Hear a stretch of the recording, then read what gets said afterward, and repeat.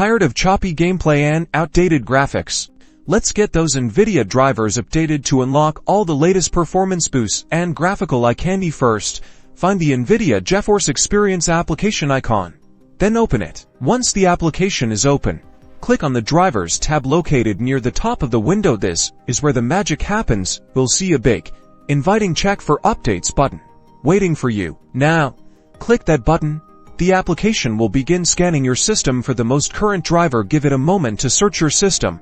It won't take long. If a new driver is available, you will see a description of the update and a download button. Read the notes and then select the download button to get the process started. The driver will begin to download. Let it finish the downloading. This part will vary on your internet speed. Once the download is complete, you'll be presented with an instruction to install. Choose the Express installation option. This is the easiest and often recommended path. The installation will now begin, which includes an installation process. During the installation, your screen might flicker or go blank. This is expected, so don't panic. When the installation is complete, the software will prompt you to restart your computer. Do so to finalize the update. After restarting, your drivers are updated and ready to go.